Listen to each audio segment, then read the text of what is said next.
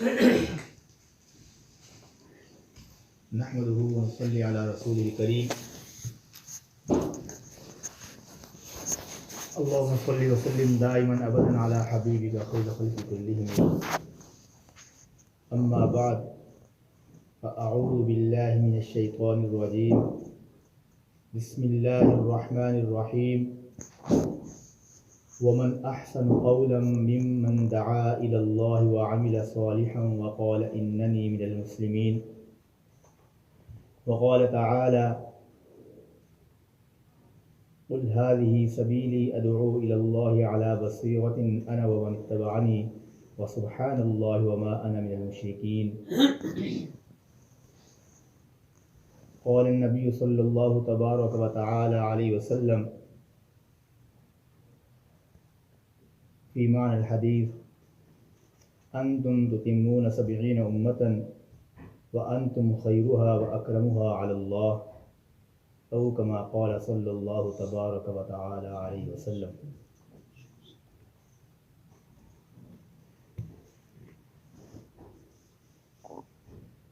اللہ رب العزت کا یہ بہت بڑا کرم ہے، بہت بڑا احسان ہے، جس نے اس پرفتن دور کے اندر اور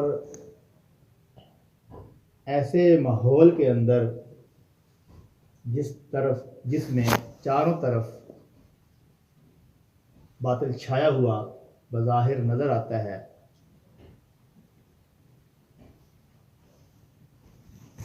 ایسے ماحول میں، ایسے علاقے میں اور پھر ایسے زمانے کے اندر اللہ نے ایسے خطے میں ہمیں اس فکر کے لیے جمع فرمایا ہے، جس فکر کے لیے، جس غم کے لیے، جس درد کے لیے اللہ رب العزت بندوں میں سے برگزیدہ ترین بندے، اپنے قریب ترین بندے، اپنے نیک بندے اور زمانے میں سب سے زیادہ بڑھیا اور اعلیٰ بندے، جو اللہ کے بعد جن کا مقام ہو، اللہ کے بعد جو سب سے زیادہ بزرگ ہوں، ان بندوں کی چھانٹی کر کے، ان بندوں کو چن کے، جس منصب کے لیے، جس فکر کے لیے اللہ بیٹھنے کی ان کو توفیق عطا فرماتے ہیں، فکر کرنے کی ان کو توفیق عطا فرماتے ہیں، اسی فکر میں اللہ نے آج ہمیں بیٹھنے کی توفیق عطا فرمائی۔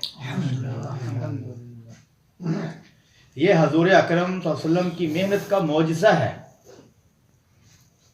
اسی کا اثر ہے کہ آج ہم جمع ہیں، اور دین کی وہ محنت جس طرح حضور اکرم صلی اللہ علیہ وسلم فرمایا کرتے تھے، صحابہ کرام رضی اللہ تعالی عنہم اجمعین فرمایا کرتے تھے، اللہ نے انہی کی طرز پر، انہی کے طریقے پر، اللہ نے انہی کی سنت کے مطابق محنت کے لیے ہمیں جمع فرمایا اور اس محنت کو آج زندہ فرمایا۔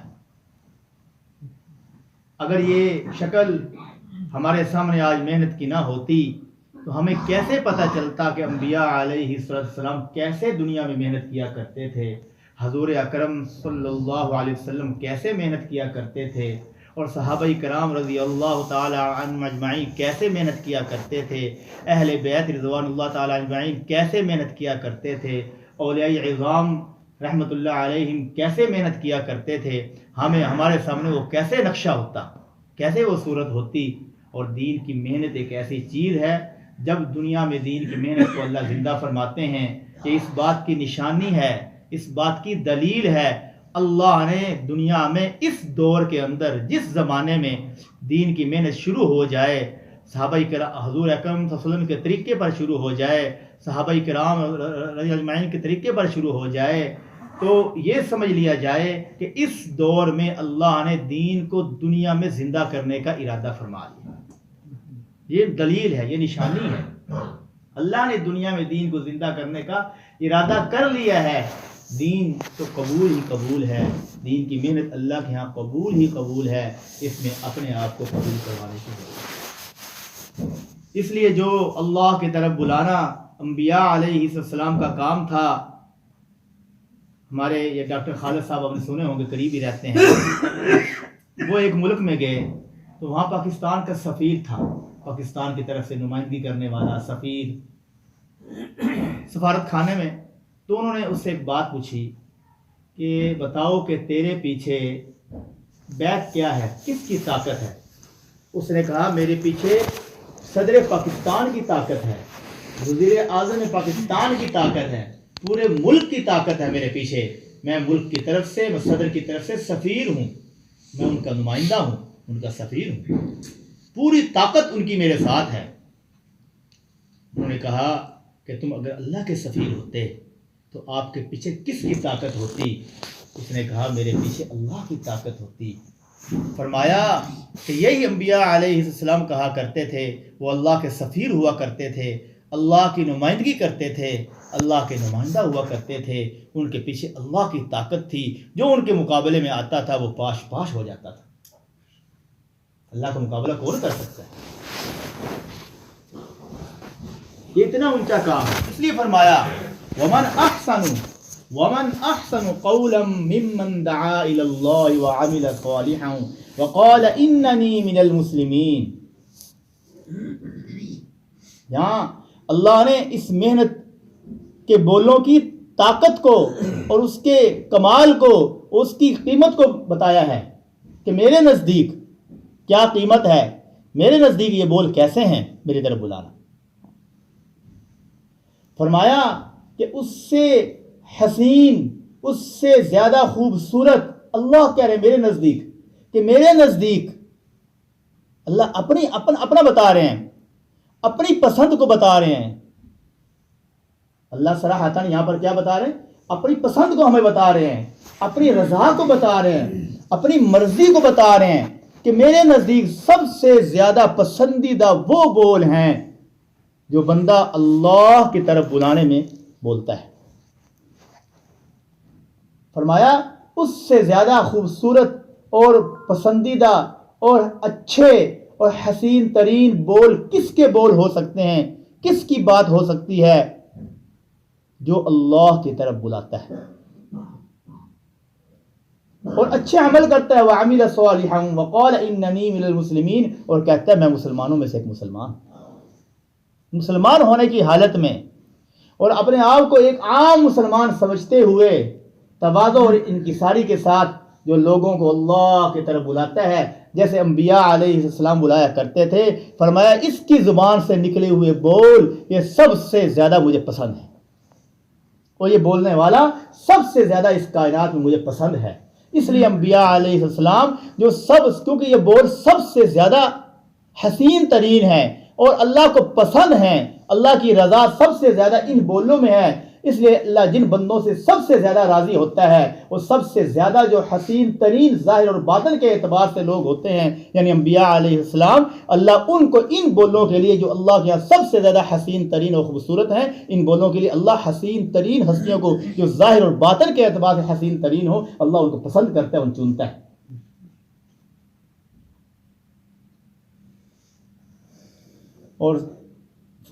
اور ہماری زندگی کا جو مقصد ہے وہ بھی یہی ہے.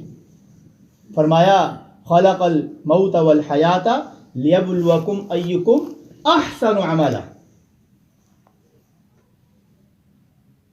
کہ موت اور جو زندگی کو جو پیدا کیا ہے وہ اسی لیے پیدا کیا ہے کہ اللہ یہ دیکھیں کہ عمل کے اعتبار سے عمل حسین ترین عمل کون کرتا ہے، خوبصورت عمل کون کرتا ہے، جو اللہ کو پسند آ جائے وہ عمل، جس کو اللہ پسند کر لیں وہ عمل کون کر کے آتا ہے.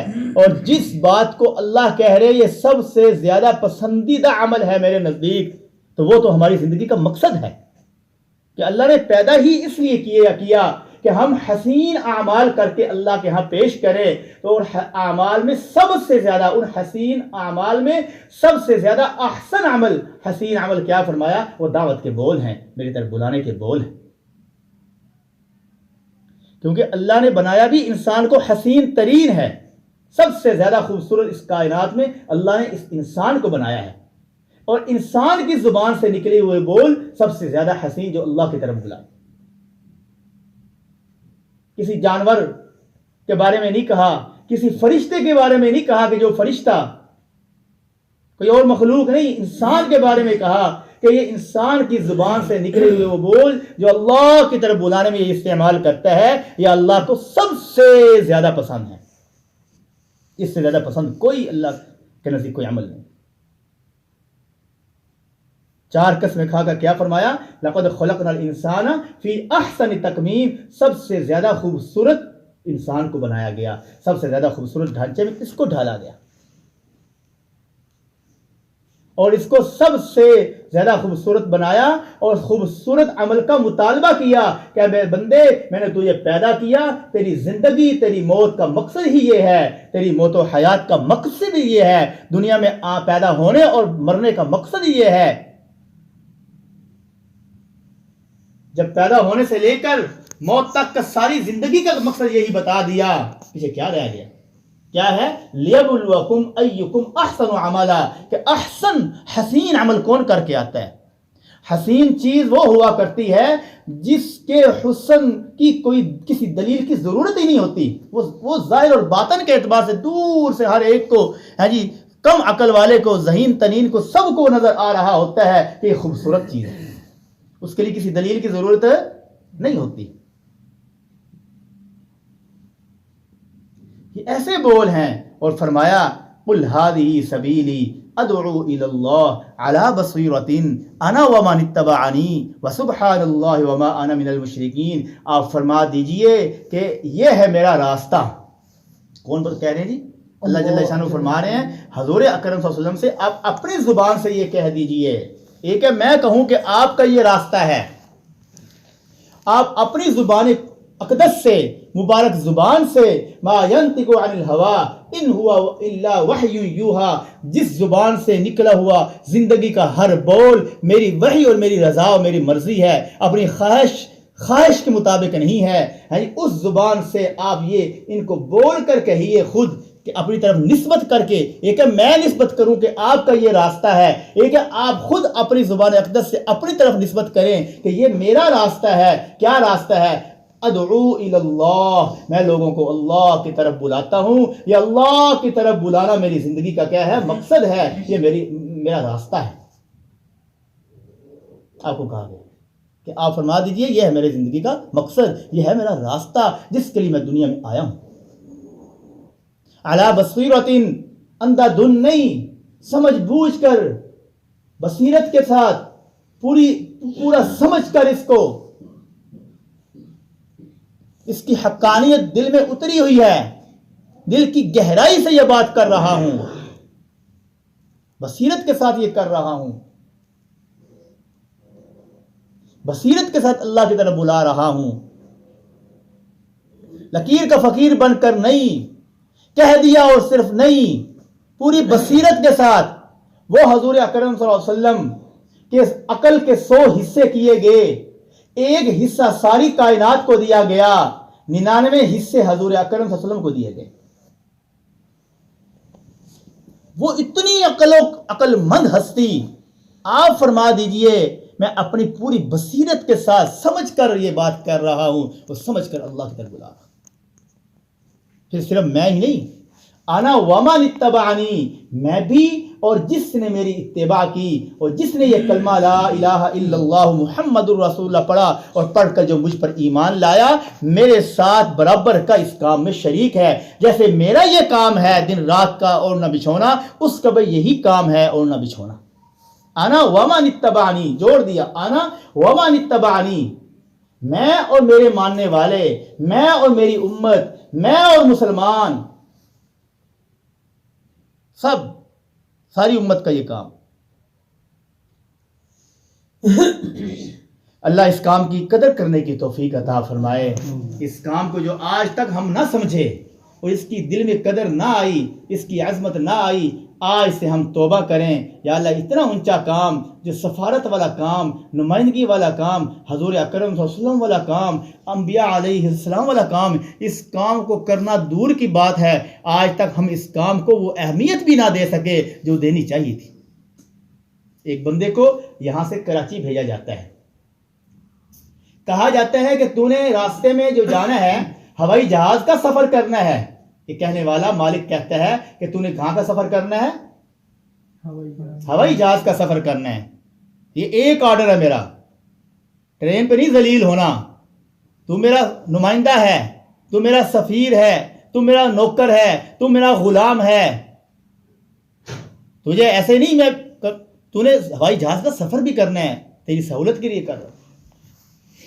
اور تو نے وہاں کراچی جا کر جتنا عرصہ رہنا ہے ایک زبردست ایسی کوٹھی میں رہنا ہے.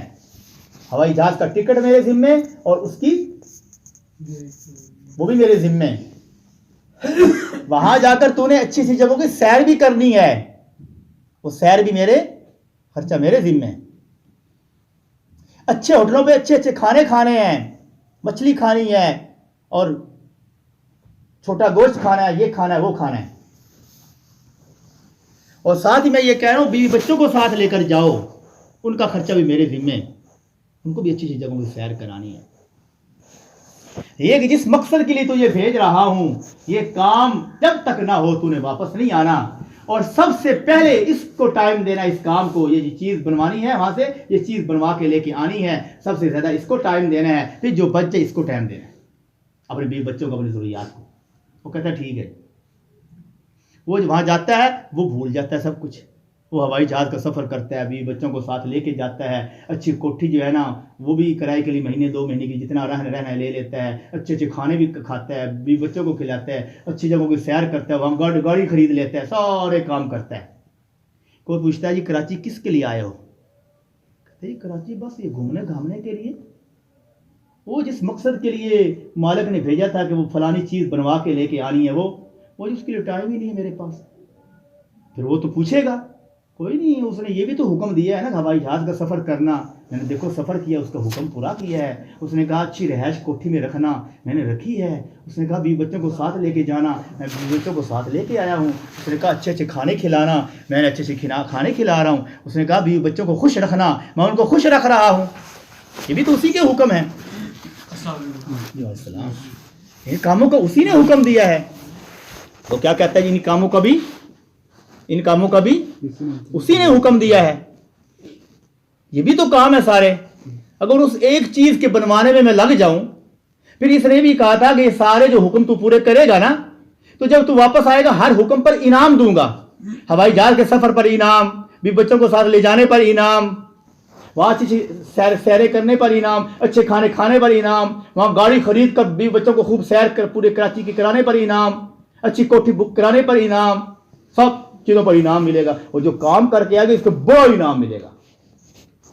وہ کہتا ہے یار ہر ایک پر انعام تو ملنا ہے. تو وہ ایک حکم جس مقصد کے لیے اس نے بھیجا ہے چیز بنوانے کا، اس میں لگتا ہوں تو یہ سارے رہ جاتے ہیں. سیر رہ جاتی ہے، اچھی کوٹھی رہ جاتی ہے، گاڑی میں نے لی ہے تو اس کی یہ بھی پڑی ایسی جو خراب ہو جاتی ہے، یہ بھی رہ جاتی ہے. اور سیریں رہ جاتی ہیں، اچھے کھانے رہ جاتے ہیں، بکرے کھلانے ہیں، سارا کچھ مچھلیاں کھلانی ہو، سارا کچھ رہ جائے گا اس ایک حکم کے چکر میں. تو ایک کو چھوڑ دو، اے اوکھا کام میں سوکھے کام سارے جو نفس چاہ رہے ہیں نا اے کر لو، یہ انعام لے لو اس کے. اب جو واپس آئے گا تو مالک یہ کہے گا کہ جس کام کے لیے تو یہ کراچی بھیجا تھا اس کے لیے ٹائم نہیں ملا، کوئی بات نہیں، لیکن تو نے ہوائی جہاز کا سفر کیا، اس پر بھی تجھے انعام دیتا ہوں، میرا حکم تو نے مانا ہے. بھی بچوں کو تو ساتھ لے کے گیا، اس پر بھی تجھے انعام دیتا ہوں. تو نے وہاں کوٹھی بک کی ہے بھی بچوں کے لیے اپنے لیے، اس کا بھی انعام دیتا ہوں. وہاں اچھی سیریں تو نے کی، اس پر بھی تجھے انعام دیتا ہوں. اور تو نے وہاں پر خوب اچھے کھانے کھائے، بیوی بچوں کو کھلایا، ان کی خیر خبر رکھی ہے، اس پر بھی تجھے انعام دیتا ہوں. چلو وہ جس مقصد کی کراچی بھیجا تھا اور سارے خرچے میں نے برداشت کیے تھے، وہ سارے کوئی بات نہیں، میں وہ مقصد جس مقصد کے لیے بھیجا تھا وہ نہیں بھی ہوا، کوئی بات نہیں. ایسے کرے گا وہ ان حکموں کے پورا کرنے پر چھتر مارے گا اب یا وہ انعام دے گا؟ بول کر بتائیں. مرد حضرات ان سے پوچھ رہا ہوں، چھتر مارے گا نا جی؟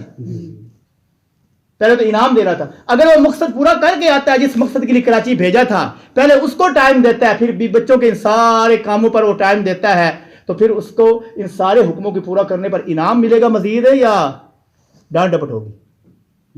وہ مقصد پورا کر کے آتا ہے، جس چیز کو بنوانا تھا بنوا کے آتا ہے، پھر تو انعام ملے گا. واہ واہ بڑا اچھا کام کیا ہے، ہوائی جہاز کا سفر کیا، اپنی سہولت کے ساتھ تو رہا ہے، اچھی سہولت والی کوٹھی، اچھی سہولت والے کھانے، سارا کچھ تو نے کیا. کیوں؟ مقصد کو کیا کیا اس نے پہلے نمبر پہ رکھا ہے، مقصد کو پورا کیا. اگر پورا کر کے نہیں آتا ان ساروں پہ وہ کہے گا تو ٹائم ضائع کر کے آیا ہے، ہمارا گردی کر کے آیا ہے، یہی کہے گا نا جی.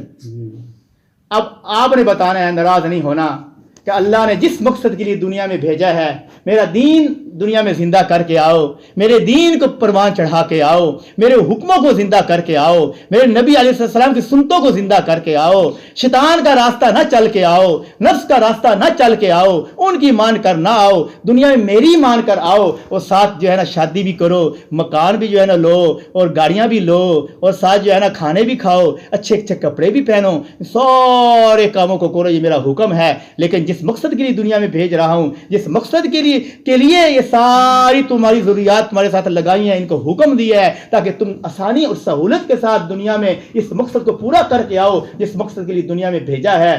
اگر ہم اس دین پر چلے بغیر اللہ کے ہاں چلے گئے اور کہا یا اللہ آپ نے بیوی بچوں کا حکم دیا تھا، آپ نے شادی کی، بچے سارے ان کی سہولیات کا ہم نے خیال رکھا، ان کی ضروریات کا خیال رکھا، ان کے لیے کمایا، ان کو کھلایا، خود بھی کھایا، مکان گاڑی ساری چیزوں کو خیال رکھا، لیکن دین پر چلنے کی جس مقصد کے لیے آپ نے بھیجا تھا اس کے لیے ہمارے پاس ٹائم نہیں تھا۔ اب ان ساری ضروریات پر اللہ انعام دے گا ہمیں قیامت کے دن، اور یہ ساری ضروریات اور سارے کام عبادت بن جائیں گے؟ یہ کب عبادت بنیں گے؟ کب اللہ کی رضا بنیں گے؟ کہ جس مقصد کے لیے اللہ نے دنیا میں بھیجا ہے اس کے مطابق یہ ہو، اس کو سامنے رکھ کر پہلے نمبر پر یہ سارے کام ہوں۔ اگر ہم نے دین پر چلتے ہوئے شادی بھی کی، دین پر چلتے ہوئے دین کو سامنے رکھ کر، اللہ اور اس کے رسول صلی اللہ علیہ وسلم کو سامنے رکھ کر، نہ کہ اپنی خواہش کو سامنے رکھ کر، ہم نے اللہ اس کے رسول اور دین کو سامنے رکھ کر شادی کی، اور بھی بچوں کی ضروریات کا خیال رکھا، اور اپنا مکان کا انتظام کیا، گاڑی کا انتظام کیا، جاب کی، سارے کام ہم نے اللہ کے حکم کے مطابق کیے، حضور اکرم صلی اللہ علیہ وسلم کے طریقے کے مطابق کیے، دین کو دنیا میں زندہ کرتے ہوئے اس کو ٹائم دیتے ہوئے کیے، اب سارے ان حکموں پر انعام بھی ملے گا، یہ سارے حکم بن جائیں گے اور اللہ کی عبادت بن جائیں گے۔ اللہ کے حکم کو سامنے نہ رکھا، حضور اکرم صلی اللہ علیہ وسلم کی سنت کو سامنے نہ رکھا، خواہش کی وجہ سے شادی کی، خواہش کی وجہ سے گاڑی کا انتظام، خواہش کی وجہ سے کمایا، خواہش کی وجہ سے جو ہے نا وہ کیا نام ہے ضروریات کو پورا کیا، کروایا، سارے کاموں میں لگے، جاب سب کچھ کیا، تو پھر یہ سب خواہشات بن جائیں گے۔ کیا بن جائیں گے جی؟ خواہشات بن جائیں گے۔ عبادت یہ بات تبلیغ والے سمجھاتے ہیں۔ اللہ کے راستے میں ماحول میں نکل کر یہ بات سمجھ آ جاتی ہے، اور اللہ کرے یہ بات سمجھ آ گئی، میری سمجھ میں آ گئی، اور سب کی سمجھ میں آ گئی، ہمارا جس کی سمجھ میں آ گئی، کام بن جائے گا کہ ہم دنیا میں کس مقصد کے لیے آئے ہیں؟ اللہ کو راضی کرنے کے لیے آئے ہیں۔ اللہ کی رضا حضور اکرم صلی اللہ علیہ وسلم کی زندگی کے علاوہ اللہ کی رضا نہیں مل سکتی۔ حضور اکرم صلی اللہ علیہ وسلم کی سنت کے بغیر اللہ کی رضا نہیں مل سکتی۔ لَقَدْ كَانَ لَكُمْ فِي رَسُولِ اللَّهِ أُسْوَةٌ حَسَنَةٌ، فرمایا حضور اکرم صلی اللہ علیہ وسلم کی زندگی میں تمہارے لیے بہترین نمونہ ہے کہ میری رضا کو اگر دیکھنا ہے تو حضور اکرم صلی اللہ علیہ وسلم کی زندگی ہے۔ ہمیں کیسے پتہ چلے گا ہمارا کیسا کھانا اللہ کو پسند ہے؟ ہمیں کو پتہ ہے اللہ براز ذات ہے، اللہ نے کوئی اوپر سے آواز دے کر بول کر تو نہیں بتانا یوں کھانا کھاؤ، یوں پانی پیو، یوں کپڑے پہنو، یہ کپڑے تمہارے پہننے، اس طرح کے کپڑے سلوانے میری رضا ہے، اس طرح پہننے میری رضا ہے، اس طرح کھانا کھانا میری رضا ہے، یہ کھانے کھانے میری رضا ہے، اس طرح سونا میری رضا ہے جی، اور اس طرح گھر سے باہر نکلنا میری رضا ہے، اس طرح گھر میں رہنا میری رضا ہے، اس طرح کے یہ سارے کام جو ہم کر رہے ہیں ضروریات زندگی کے، یہ یوں کرنا میری رضا ہے۔ ہمیں کیسے پتہ چلے گا؟ فرمایا حضور اکرم صلی اللہ علیہ وسلم کی سنت جو ہے یہ اللہ کی رضا ہے۔ جس طرح حضور اکرم صلی اللہ علیہ وسلم نے کھانا کھایا، حضور اکرم صلی اللہ علیہ وسلم کے طریقے پر کھانا کھائیں گے، وہ اللہ کی رضا بنتی چلی جائے گی، اللہ کی رضا والا کھانا ہوگا۔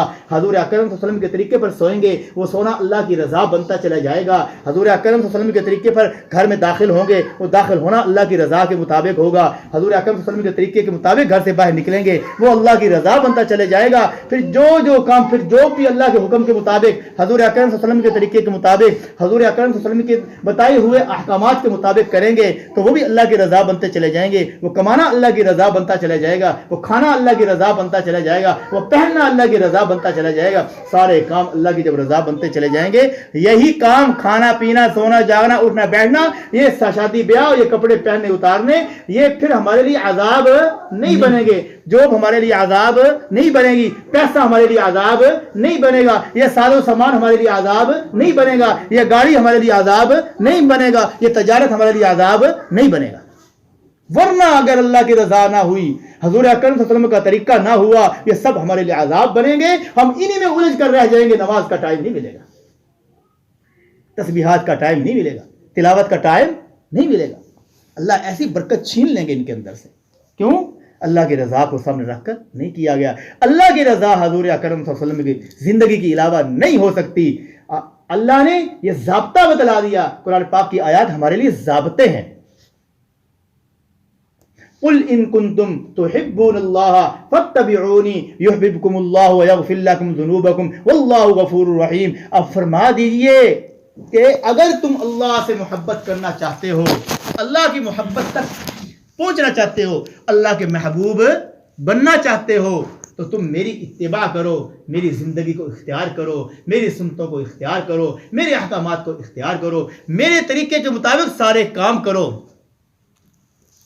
پھر کیا ہوگا؟ یحببکم اللہ. تم اللہ سے پہلے کہا تم اگر اللہ سے محبت کرنا چاہتے ہو.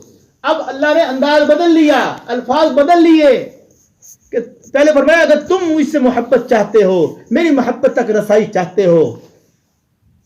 اب فرمایا کہ یحببکم اللہ. جب تم میرے نبی علیہ السلام کی اتباع کرو گے نا, سنتوں والی زندگی اختیار کرو گے نا, پھر میں محبت کروں گا. یحببکم اللہ. اللہ محبت خود کرنے لگ جائیں گے. کیوں؟ اللہ کی پسند کی زندگی کو اختیار کر لیا. وہ اللہ کی پسند کی زندگی کون سی ہے؟ حضور اکرم صلی اللہ علیہ وسلم کی زندگی اللہ کی پسند کی زندگی ہے, اللہ کی مرضی کی زندگی ہے. اللہ کی پسند, اللہ کی ناپسند. جو حضور اکرم صلی اللہ علیہ وسلم کی ناپسند ہے وہ اللہ کی ناپسند ہے, جو حضور اکرم صلی اللہ علیہ وسلم کی پسند ہے وہ اللہ کی پسند ہے. اور سب سے زیادہ حضور اکرم صلی اللہ علیہ وسلم کو جو آنکھوں کی ٹھنڈک ملتی تھی وہ کس سنت میں ملتی تھی؟ نماز میں. نماز. یہ حضور کیا فرمایا؟ جعلت قرۃ عینی فی الصلاۃ. میری آنکھوں کی ٹھنڈک کس میں ہے؟ نماز میں. میری آنکھوں کی ٹھنڈک کس میں ہے؟ نماز میں. اللہ کرے ہماری آنکھوں کی ٹھنڈک بھی کیا بن جائے؟ نماز بن جائے. جو 5 وقت کی نماز کا اہتمام کرتا ہے اس کو کتنے انعامات دیے جاتے ہیں جی؟ 5 انعامات دیے جاتے ہیں. 5 انعام میں دنیا بھی آ گئی, آخرت بھی آ گئی. سب سے پہلا انعام کیا ہے جی؟ رزق کی تنگی اس کی ہٹا دی جاتی ہے. نمبر 2, مرنے کے بعد سب سے پہلا سابقہ کس سے پڑتا ہے جی؟ قبر سے پڑتا ہے. قبر کا عذاب ہٹا دیا جاتا ہے. اور جب میدان حشر میں جائیں گے نامہ اعمال ملے گا, تو نامہ اعمال کس میں ملے گا؟ دائیں ہاتھ میں ملے گا. اور دائیں ہاتھ میں جن کو نامہ اعمال ملا تو وہ جنت کا ٹکٹ ہوگا. سب کو خوشی خوشی دکھاتے پھریں گے. اور اس کے بعد کیا ہوگا؟ پل صراط کا جو لمبا جو ہے نا ہزاروں سال کا سفر ہے وہ کیسے ہو جائے گا؟ سیکنڈ کے اندر ہو جائے گا. بجلی کی تیزی کی طرح اس کے اوپر سے گزر جائے گا, پتہ بھی نہیں چلے. اور آخری جو مرحلہ, آخری بات ہے, بغیر حساب کتاب کے. حساب کتاب بڑا مشکل ہے. جس کا حساب کتاب شروع ہو گیا وہ پھنس جائے گا آخرت میں. بغیر نماز کی برکت سے اللہ بغیر حساب کتاب کے جنت میں داخل کر دیں. آج گھروں کا ماحول نماز, اللہ نے کسی حکم کے بارے میں یہ نہیں فرمایا کہ 7 سال کے بچے کو اس کام کا حکم دو, امر کرو. امر بڑی سخت چیز ہے. حکم کہ 7 سال کے بچے کو کیا کرو جی؟ نماز کا. مرو اولادکم بالصلاۃ وہم ابناء 7 سنین وضربوہم علیہا وہم ابناء 10 سنین. کہ جب 7 سال کے بچے ہو جائے نماز کا حکم کرو. جب 10 سال کے, کسی حکم پر یہ نہیں کہا کہ 10 سال کے ہو جائے تو مارو. فرمایا بچوں کو 10 سال کی عمر ہو جائے نہ پڑھنے پر مارو. مار کر بھی نماز پڑھانی پڑے. نماز کی چھوٹ نہیں ہے, معافی نہیں ہے. بیمار کو بھی معاف نہیں ہے. بیمار کو بھی جو اشارے سے پڑھ سکتا ہے, صرف آنکھوں کے اشارے سے پڑھ سکتا ہے. مفتی صاحب موجود ہیں, وہ اشارے سے بھی پڑھے گا, چھوڑے گا وہ بھی نہیں اگر ہوش باقی ہیں. ہوش و حواس باقی ہیں, اشارے سے پڑھ سکتا ہے تو اشارے سے بھی. جسم نہیں ہل سکتا, اشارے سے بھی پڑھنی پڑے گی. ایسے ہی ہے جی, اشارے سے بھی. اتنا اہم ترین حکم, کسی حال میں معافی. اور اس پہ ملنے والا کیا ہے کہ دنیا بھی اللہ بنا رہے ہیں اور آخرت کے اتنے بڑے بڑے مراحل میں ہمیں کامیاب فرما رہے ہیں. موت پہ, قبر پہ, حشر, سورے. دنیا بھی اچھی ہو گئی, آخرت بھی. حضور اکرم صلی اللہ علیہ وسلم کیا کرتے تھے؟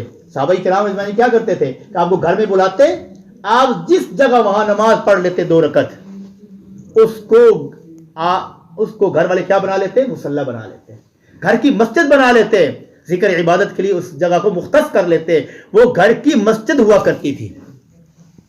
اللہ کرے ہمارے گھروں کے اندر بھی گھر کی مسجد کا ایک ماحول بن جائے, ایک جگہ تعین ہو جائے, جیسا صحابہ کرام رضی اللہ اجمعین کے گھروں میں ہوا کرتا تھا کہ ایک جگہ متعین ہو کے وہ نماز اور مصلی کی ہو جائے, عبادت اور ذکر عبادت کی ہو جائے. ہم بھی یہ نیت کریں انشاءاللہ. گھر میں ایک جگہ کس کے لیے مقرر کرنی ہے؟ نماز کے لیے. ذکر کے لیے، تلاوت کے لیے، عبادت کے لیے. اب تھوڑی دیر میرے ساتھ ایک جگہ کس کے لیے مقرر ہو جائے جی؟ نماز کے لیے. یہاں تو ماشاءاللہ دیندار گھروں میں جن کا وقت لگا ہوا ہے، اللہ کا کرم ہے کہ وہاں متعین ہے الحمدللہ کسی نہ کسی درجے. وقت لگانے کی برکت سے ہم باقی بھی یہ نیت کر لیں کہ جن کی گھروں میں نہیں ہے، ایک جگہ ایسی ہوگی انشاءاللہ جس پہ ہم نماز، اپنا ذکر، اپنی عبادت، اپنی تسبیحات مکمل کریں گے. اپنے بچوں کو وہاں عادی بنائیں گے نماز کا. ہمیں دیکھ کر ہمارے بچے نماز پڑھیں، اللہ والا بنیں گے. حضرت بختیار کاکی رحمۃ اللہ علیہ کا یہ واقعہ ہے جو والدہ کھانا رکھ دیتی تھی. وہ بچہ جب پڑھ کر مدرسے سے واپس آتا وہ کھانا مانگتا تو ان کے والدہ کیا کرتی تھی کہ وہ کھانا پکا کر تاکچے میں باری میں رکھ دیتی اور ان کو کہتی نفل پڑھو، اللہ سے مانگو، اللہ کے لیے کھانے کے بندوبست کریں گے. کہ وہ نفل پڑھتے، دعا کرتے اور تلاش کرنا شروع کرتے کہ تلاش کرو بیٹا، تو وہ ان کو الماری میں کھانا مل جاتا.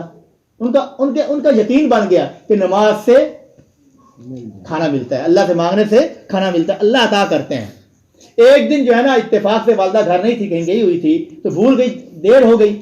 تو وہ اسی طرح معمول کے مطابق گھر میں آئے، نفل پڑھے، اللہ سے مانگا اور تلاش کیا، ان کو کھانا مل گیا. والدہ کو جو ہے نا وہ فکر ہوئی، جب وقت گزر گیا تو فکر ہوئی کہ وہ اب آج کھانا ان کو نہیں ملے گا تو وہ کہے گا کہ بچے کا یقین بگڑ جائے گا، خراب ہو جائے گا کہ آج والدہ گھر میں نہیں ہے تو کھانا بھی نہیں ملا، لگتا ہے کہ یہ والدہ ہی رکھ دیتی تھی، یقین خراب ہو جائے گا. وہ دوڑی ہوئی آئی اور بچے سے گھر شاید بشاید جیسے کھانا کھایا ہوا ہے، بچے سے پوچھا کہ کھانا آج تو نے کھانا نہیں مانگا؟ میں نے کھا لیا جی. کیسے کھایا؟ وہ جیسے پہلے کرتا تھا، نفل پڑھے، دعا مانگی، اللہ سے مانگا اور تلاش کیا، مجھے کھانا مل گیا. لیکن آج ایسا کھانا کھایا کبھی زندگی میں نہیں کھانا کھایا. یہ اللہ نے بندوبست کر دیا.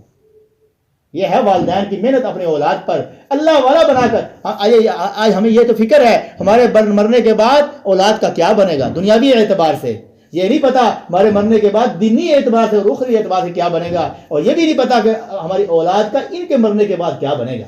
ایسی محنت کر جائیں، ایسا بنا جائیں کہ ہمیں بے فکری ہو جائے ان کے مرنے کے بعد ان کی آخرت بنی ہوئی ہے، اور ہمارے مرنے کے بعد یہ جو ہے نا یہ کیا نام ہے یہ دیندار رہیں گے.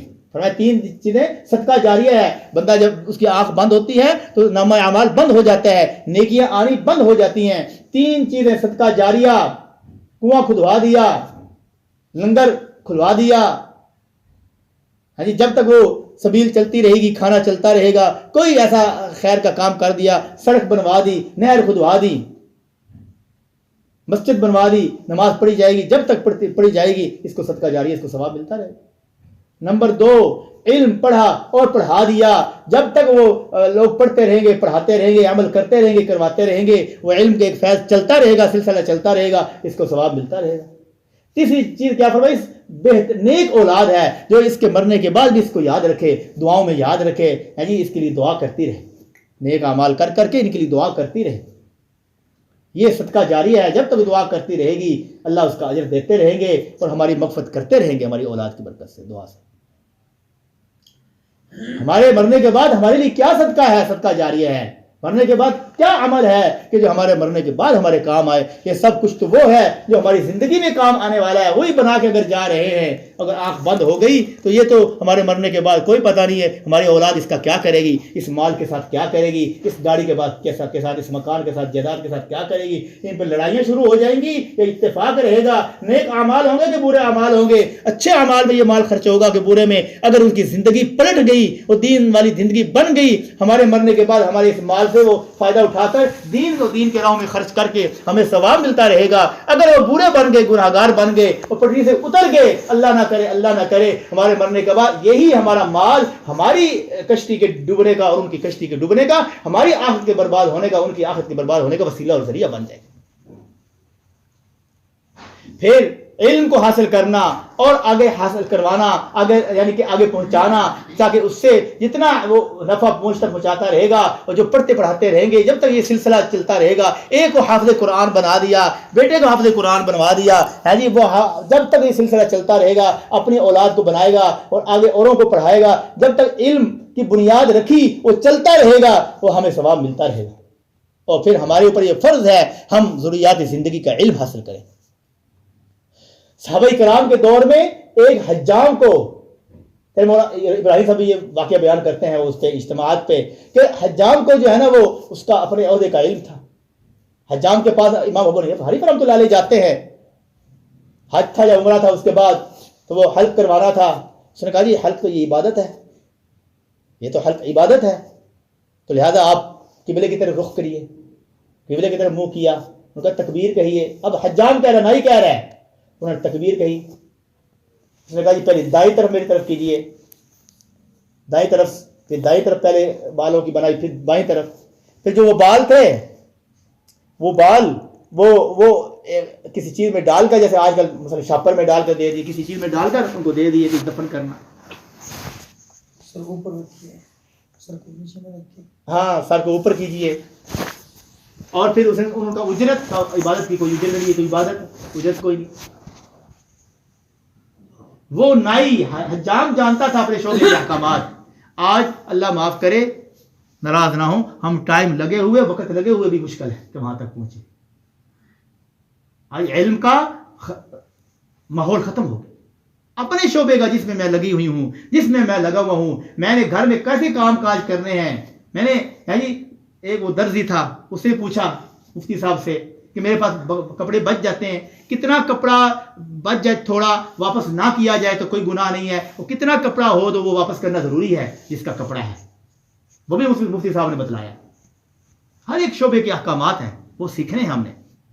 کوئی درزن ہے اس نے سیکھنے ہیں, کوئی دھوبن ہے اس نے سیکھنے ہیں, کوئی باورچن ہے اس کے احکامات ہیں وہ سیکھنے ہیں, کوئی خاکروب ہے اس نے اس کے احکامات سیکھنے ہیں. جھاڑو کیسے دینے, کہاں سے شروع کرنا, کیا پڑھتے ہو, سارے محکم حال کے احکامات ہیں. دوپٹہ اوڑھنے کے احکامات ہیں, کپڑے پہننے کے احکامات ہیں, اس کا طریقہ کار ہے. ہر کام میں سنت طریقہ اور احکامات کی پابندی ہے. اسی تک ہمارا سارے کام دین بنتے چلے جائیں. جیسے شروع میں نے عرض کیا, اللہ کی رضا اور ذکر کے لیے, تلاوت کے لیے, اپنی تسبیحات کے لیے, اللہ کو پیارے پیارے ناموں سے یاد کرنے کے لیے ٹائم نکالنا. اور یہ ایسے ہے جیسے کسی کے ساتھ ہم خصوصی تنہائی کی مجلس کرتے ہیں نا, مل بیٹھتے ہیں. اللہ کے ساتھ تنہائی میں مل بیٹھنا, اللہ کے ہم نشین بن جانا. جو تنہائی میں اللہ کے ذکر میں لگا ہوا ہے وہ اللہ کا ہم نشین ہے, اللہ کے ساتھ بیٹھا ہوا ہے. اللہ ان چیزوں سے پاک ہے, لیکن گویا کہ وہ ایسا ہو گیا, اللہ کا ہم نشین ہو گیا. جن کی زبانیں اللہ کے ذکر سے رطب اللسان رہتی ہیں, وہ ہنستے ہوئے جنت میں داخل ہوں گے. ایک حدیث شریف ہے, اور یہ ایک ہے کہ جنت کے 8 دروازے ہیں. ایک ذاکرین کے لیے مخصوص ہے, باب ذکر, ذکر کا دروازہ, جہاں سے ذکر کرتے ہوئے داخل ہوں. یہ 2 الگ الگ حدیث. 3 تسبیحات, تیسرا کلمہ, درود شریف, استغفار. اللہ کی عظمت کو سامنے رکھ کر تیسرا کلمے کا ذکر کیا جائے, حضور اکرم صلی اللہ علیہ وسلم کے احسانات کو سامنے رکھ کر درود شریف کا ذکر کیا جائے, اور کیا ہے جی, اپنے گناہوں کو سامنے رکھ کر استغفار کیا جائے, اور اچھے اخلاق سے, حضور اکرم صلی اللہ علیہ وسلم والے اخلاق سے امت کے ساتھ پیش آیا جائے. فرمایا سل من قطعک, جو تم سے توڑے اس سے جوڑنا, جو جوڑتا ہے اس سے جوڑنا, یہ تو مکافات برابری ہے. واعف عن من ظلم, جو ظلم زیادتی کرے اس کو معاف کرنا. وعاط من حرمک, جو اپنی عطاؤں سے محروم رکھتا ہے, کچھ ہمارے گھر نہیں بھیجتا, ہماری خوشی غمی میں شریک نہیں ہوتا, اس کی خوشی غمی میں شریک ہونا. جو عطاؤں سے محروم کرتا ہے اس کو عطا کرنا, جو عطا کرتا ہے اس کو عطا کرنا, جو خوشی غمی میں شریک ہوتا ہے وہ شریک ہونا. یہ برابری سے برابری, ادلا بدلا ہے. وَأَحْسِنْ إِلَىٰ مَنْ أَسَاءَ إِلَيْكَ, جو برائی کرتا ہے اس سے اچھائی کرنا, جو اچھائی کرے اس سے اچھائی کرنا. یہ ادلا بدلا ہے. ہر کام کس کے لیے کرنا جی, اللہ کی رضا کے لیے. سنتے رہتے ہیں, اللہ کی رضا کے لیے کھجور بھی دے دی, چھوٹا سا عمل کر دیا, اللہ پہاڑوں برابر اجر دے گا. پہاڑوں برابر بڑا عمل کر دیا اللہ کی رضا کے بغیر, قیامت کے دن پکڑ کا سبب نہ بن جائے, اس کا خطرہ ہے. پھر یہ سارے کام ہم نے خود بھی سیکھنے ہیں, ان صفات کو سیکھنا ہے, پورے دین کو سیکھنا ہے, دین پر چلنا بھی ہے, چلانا بھی ہے. فرمایا انتم تتمون 70 امتا وانتم خیرها واکرم علی اللہ, تم 70ویں امت ہو, تم آخری امت ہو, تم سب سے بڑھیا ہو, سب سے زیادہ اللہ کا مکرم ہو. کیوں مکرم ہو؟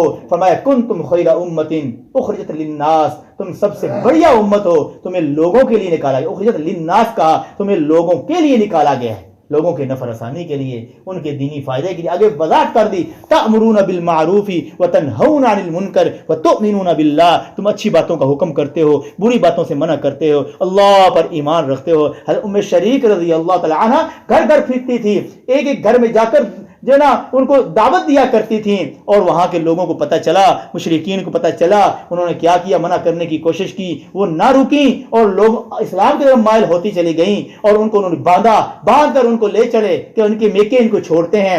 راستے میں جو ہے نا دھوپ میں ان کو چھوڑ دیا, عرب کی تپتی ہوئی ریت اور سنگلاخ اور پتھریلی زمین اور اوپر سے باندھا ہوا اور جو ہے سخت جو عرب کی جو جاتے رہتے ہیں حج عمرے کی سعادت اللہ نے نصیب کی ہے, وہاں کی گرمی کا پتہ ہے جی, تو وہاں ان کو دھوپ میں چھوڑ دیا باندھ کر, اور مشقیں تھیں ان کی پانی کی جی چھاؤں میں بندھی ہوئی تھیں, اور کیا نام ہے خود جو ہے چھاؤں میں آرام کرنے لگ گئے. جب اٹھے دیکھا شریک رضی اللہ تعالیٰ عنہ کے کپڑوں پہ پانی, زمین پہ پانی گرا ہوا ہے, حشاش بشاش بھوکی پیاسی چھوڑا تھا, نہ بھوک ہے نہ پیاس کے آثار ہیں. ان سے پوچھا کہ لگتا ہے ہماری مشقیں کھول کر مشکیزیں کھول کر پانی آپ نے پیا ہے. انہوں نے کہا نہیں, آپ اپنی مشکیزیں دیکھ لیجئے, میں نے کوئی پانی نہیں پیا. دیکھا مشکیزوں کے منہ بندھے ہوئے تھے. پھر ان سے پوچھا یہ کیا ہوا؟ کہا آسمان سے ڈول آیا ہے اور پانی اترا ہے, میں نے پانی پیا, زمین پہ کچھ گر گیا, کچھ میرے کپڑوں پہ گر گیا. اللہ کی مدد آیا کرتی ہے, یہ کام اللہ کی مدد والا ہے, کیونکہ یہ نمائندگی والا سفارت والا کام ہے. جو اس کام کو کرے گا اللہ کا نمائندہ, اللہ کا سفیر بن جائے گا, اور جو ہے نا اللہ کی مددیں ایسی ہوں گی جیسے انبیاء علیہ السلام کی مددیں ہوا کرتی. اب اللہ کے راستے میں نکل کر اس کام کو سیکھنا ہے. اللہ کے راستے میں نکل کر جو 1 روپیہ اپنی جان پہ خرچ کرتا ہے, اللہ کتنا ثواب دیتے ہیں جی؟ 7 لاکھ صدقے کا اس کو ثواب دیتے ہیں. ایک نماز اللہ کے راستے میں جو پڑھے گی 49 کروڑ نمازوں کا اللہ اس کو ثواب دیں گے. اور جو ہے نا اللہ کے راستے میں نکلتے ہی پہلے قدم پہ گناہ معاف ہو جاتے ہیں. گرد و غبار اگر جسم کے کسی حصے پر کسی کو لگ جائے تو جہنم کا کہ آگ کیا دھواں بھی اس جگہ پر حرام ہو جاتا ہے. اور عرش کے اٹھانے والے فرشتے اللہ کی راہ میں نکلنے والوں کے لیے دعائیں کرتے ہیں. اور حضور اکرم صلی اللہ علیہ وسلم کی حدیث کا مفہوم ہے نظر اللہ امرأ سمع مقالتی فحفظها ثم اداها كما سمعها, جس کا مفہوم یہ ہے کہ سرسد و شاداب رہے میرا وہ امتی, وہ بندہ جو میری دین کی بات کو سنے آگے ہو بہو اسی طرح جیسے سنا آگے پہنچا دے. فرمایا سرسد و شاداب رہے, خوش رہے, آباد ہے, محفوظ رکھتے ہوئے ہو بہو اس بات کو آگے پہنچا دیں. ہمیں بلغوا عنی ولو آیا, ایک آیت بھی تمہارے پاس ہو میری طرف سے اس کو آگے پہنچا دو. یہ پہنچانے کا حکم. اور فرمایا اس سے بھیا اچھی کس کی بات ہو سکتی ہے جو لوگوں کو اللہ کی طرف بلائے, اچھا عمل کرے اور کہے میں بھی مسلمانوں میں سے ایک مسلمان ہوں. شروع میں عرض کیا اور فرمایا آپ فرما دیجئے یہ ہے میرا راستہ, میں لوگوں کو اللہ کی طرف بلاتا ہوں بصیرت کے ساتھ, میں بھی اور میرے ماننے والے بھی. میرا بھی یہ کام, جو مجھے مانتا ہے, جو مجھ پر ایمان رکھتا ہے, جو مجھ پر ایمان رکھتی ہے, جو کلمہ پڑھتا ہے, جو کلمہ پڑھتی ہے, جس کا یہ کلمہ لا الہ الا اللہ محمد الرسول اللہ ہے, جو مسلمان ہوا یہ پڑھ کر, جو میری امت میں شامل ہوا, میرے ہر امتی کا بھی یہی کام. آپ فرما دیجیے اپنی زبان اقدس, اب اعلان کر دی. اللہ کا کہہ دینا کافی تھا. پھر اللہ جل شانہ قرآن پاک اس کو آیت بنایا اور حضور اکرم صلی اللہ علیہ وسلم کی زبان اقدس سے کہلوایا. یا آپ اپنی طرف نسبت کیجئے کہ میرا ہے یہ راستہ. اللہ تعالیٰ اس کام کی قدر کی توفیق عطا فرمائے. اب اپنی ہمت اور حوصلے کے ساتھ جو ہے نا ارادے فرمائیں. 3 دن کی نظر جماعت پہ جا رہے ہیں انشاءاللہ. اس کے آج جو ہے نا اپنے محرم مردوں کو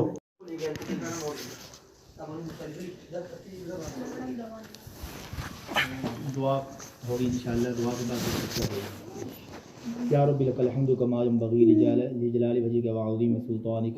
اللهم صل وسلم دائما ابدا على حبيبك خير الخلق كلهم. ربنا آتنا في الدنيا حسنة وفي الآخرة حسنة وقنا عذاب النار. اللهم اهدنا واهد بنا وجعلنا سببا لمن اهتدى ولا تجعلنا سببا لمن ضل وغوى. ربنا لا تزغ قلوبنا بعد إذ هديتنا وهب لنا من لدنك رحمة إنك أنت الوهاب.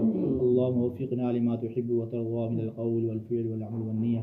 اللهم أرنا الحق حقا وارزقنا اتباعه وأرنا الباطل باطلا وارزقنا اجتنابه. اے اللہ ہمارے ارادوں کو قبول فرما, بات سننا کرنا قبول فرما, اس کی غلطی کمی کوتاہیوں کو معاف فرما. اے اللہ اس دور کے دن کو فتن دور میں آپ نے بیٹھنے کی توفیق عطا فرمائی. اے اللہ اس کام کے ساتھ وابستہ فرمایا. اے اللہ اب اس کام سے محروم نہ کرنا, ہماری کسی کمی کوتاہی کی وجہ سے اس کام سے محروم نہ کرنا. اس کام کے فیضان سے اے اللہ اس گھر کو اے اللہ سرسد و شاداب فرما, اس گھر کو بارونق فرما, اس گھر کو پوری آبادی کے لیے بلکہ پوری امت کے لیے ذریعہ ہدایت بنا. ہم سب کو پوری امت کے لیے ہدایت ذریعہ بنا. اللہ ہماری کوتاہیوں سے درگزر فرما, ہماری ظاہر و باطن کی عافیت کے ساتھ اصلاح فرما, اور اس کام پر استقامت عافیت کے ساتھ نصیب فرما. اس کے کام کے ساتھ موت تک وابستہ اے اللہ عافیت کے ساتھ رکھ لے. اے اللہ موت کے بعد اے اللہ یہ کام ہمارے کام آئے, یہ نہ ہو کہ موت کے بعد ہم اس کام کہ اس کام کی قدر دنیا میں نہ کرنے کی وجہ سے یا کسی کوتاہی کی وجہ سے دنیا میں تو چلتے رہے، لیکن آخرت میں اس کے سہارے ہم آخرت ہماری نہ بن سکے، آخرت میں نجات نہ پا سکیں۔ اے اللہ ایسا نہ ہو، بلکہ اس کام کی برکت سے دنیا میں بھی اور آخرت میں بھی ہمیں نجات نصیب فرما، دنیا اور آخرت دونوں جہانوں کے بننے کا ذریعہ بنا، ہماری کوتاہیوں کو معاف فرما، جو بیمار ہیں شفا کاملہ عاجلہ مستمرہ عطا فرما، جو اے اللہ تنگ دستی کو دور فرما، بے روزگاری کو ختم فرما، دنیا میں سے بے حیائی کو، گناہوں کو اے اللہ ختم فرما، دینداری کا ماحول عام فرما، پانچ وقت کی نماز کی توفیق عطا فرما، سنت زندگی کو اختیار کرنے کی توفیق عطا فرما، سنتوں پر چلنے کی توفیق عطا فرما، حضور اکرم صلی اللہ علیہ وسلم سے کامل محبت نصیب فرما، ان کے نقش قدم پر اے اللہ چلنے کی توفیق عطا فرما، ہر کام میں اے اللہ سنت کو دیکھ کر چلنے کی توفیق عطا فرما، اس تبلیغ کے کام کو حضور اکرم صلی اللہ علیہ وسلم کے نہج پر ہمیں کرنے کی عافیت کے ساتھ توفیق عطا فرما، مال جان کی قربانی کے ساتھ کرنے کی توفیق عطا فرما، ابھی نگد جماعت ہمیں نصیب فرما، جنہوں نے ارادے فرمائے پائے تکمیل تک پہنچا، ان کے ارادوں کو قبول فرما، وصلی اللہ علی النبی الکریم وعلی آلہ وصحبہ وآل بیتہ وامتہ اجمعین برحمتہ۔